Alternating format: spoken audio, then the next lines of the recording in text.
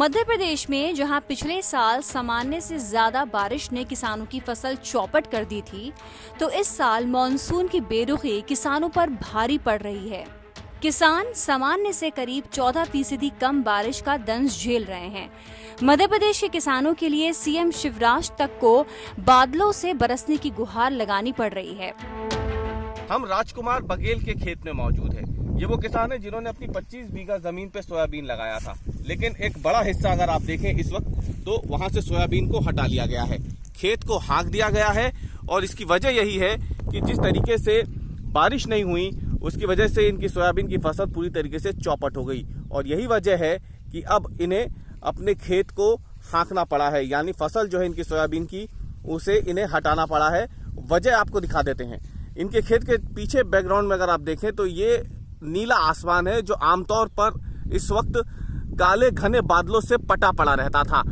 भरपूर बारिश होती थी क्योंकि सोयाबीन को सबसे ज्यादा जरूरत पानी की होती है फसल को। और ऐसे में ये जो आप तस्वीर देख रहे हैं आसमान पे बादलों की, ये काले घने बादल होते थे, जमकर बरसते थे, मॉनसून के बादल होते थे। और आसमान इस वक्त नीला नहीं बल्कि काला घना हो जाता था। लेकिन 1 महीने से ज्यादा का वक्त हो गया है, जितना पानी सोयाबीन की फसल को चाहिए था उतना तो बरसा नहीं, ऊपर से गर्मी और उमस इस तरीके से बनी रही कि अब फसलें खराब हो गई। किसानों के इसी दर्द को समझने एमपी तक की टीम पहुंची। भोपाल से करीब 7 किलोमीटर दूर विदिशा जिले के खामखेड़ा गांव में इस गांव के रहने वाले किसान राजकुमार बघेल ने करीब 25 बीघा खेत में सोयाबीन की फसल लगाई थी। शुरुआत में तो बारिश हुई, लेकिन उसके बाद राजकुमार करीब 1 महीने से अच्छी बारिश के लिए तरस गए हैं। आलम यह है कि खेत के एक हिस्से में खड़ी सोयाबीन की फसल इतनी खराब हो गई है कि उसे हटाना पड़ा और खेत तक हाँकना पड़ा।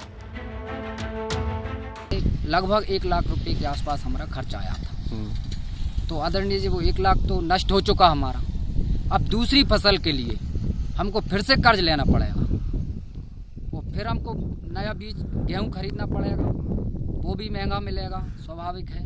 ये बादल तो हम देख रहे हैं यहाँ पे खूब आ रहे हैं। बादल तो रोज होते हैं आदरणीय जी, लेकिन पानी का पता नहीं किधर चला जाता है। अभी परसों के रोज हुई थी थोड़ी सी रिमझिम बारिश 1-2 घंटे, तो उससे कोई ज्यादा विशेष अंतर नहीं पड़ा।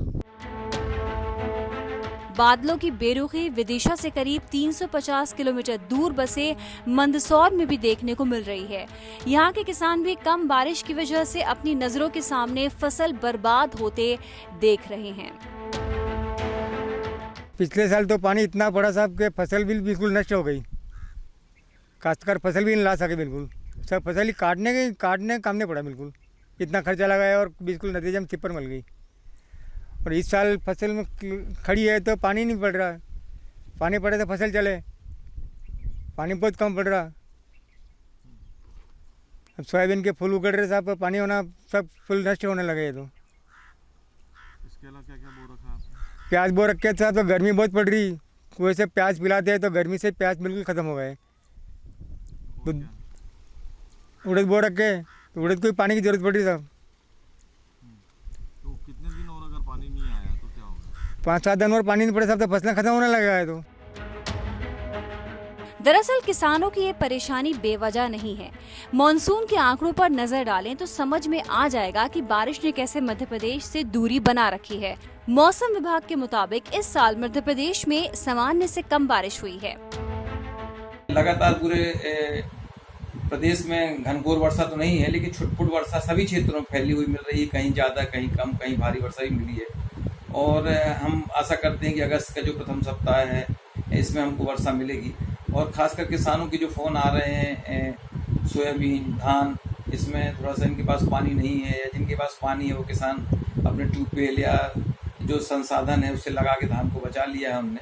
और अभी भी हम निराश नहीं है, जो कि जब ये सिस्टम आएंगी और जो किसानों की फसल बच गई है उस पर वो उनको फ़ायदा होगा। और दूसरी बात, जब तक वर्षा न हो या उनकी ज़मीन पूरी बहुत अच्छी तरह जुताई लायक न हो, तो किसान फिलहाल अभी उसमें बीज न डालें जब तक उनके पास समुचित वर्षा का प्रबंध न हो या पानी न हो। और जब वर्षा आए तभी आगे की खेती के लिए विचार करनी चाहिए। बारिश ना हो पाने से किसानों को हो रहे नुकसान पर सरकार की भी नजर है। कृषि मंत्री एक तरफ इंद्र देवता को अच्छी बारिश की गुहार लगा रहे हैं, तो ये भी कह रहे हैं कि किसानों को अगर नुकसान होता है तो सरकार उन्हें अकेला नहीं छोड़ेगी, उन्हें राहत प्रदान करेगी। प्रदेश की सरकार, भारत सरकार किसानों के साथ खड़ी हुई है।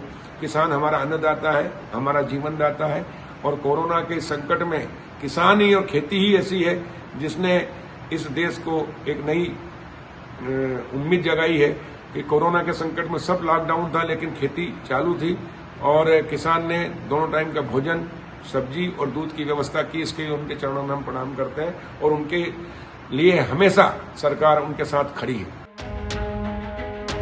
बहरहाल कम बारिश से मध्य प्रदेश के लोगों को लगातार उमस का सामना करना पड़ रहा है और अगर जल्द बारिश ना हुई तो इससे खरीफ की फसलों के खराब होने का खतरा बढ़ जाएगा। सोयाबीन की लगाई हुई फसल, सोयाबीन जिसे पीला सोना मध्य प्रदेश में कहा जाता है, ये एक अच्छी फसल होती है। किसानों को सबसे ज्यादा आर्थिक रूप से फायदा देने वाली फसल होती है, लेकिन यही फसल इस बार उनके लिए जी का जंजाल बन गई और इसके पीछे की सबसे बड़ी वजह है मध्य प्रदेश के कई हिस्सों में मॉनसून की बारिश का सामान्य से भी बेहद कम होना।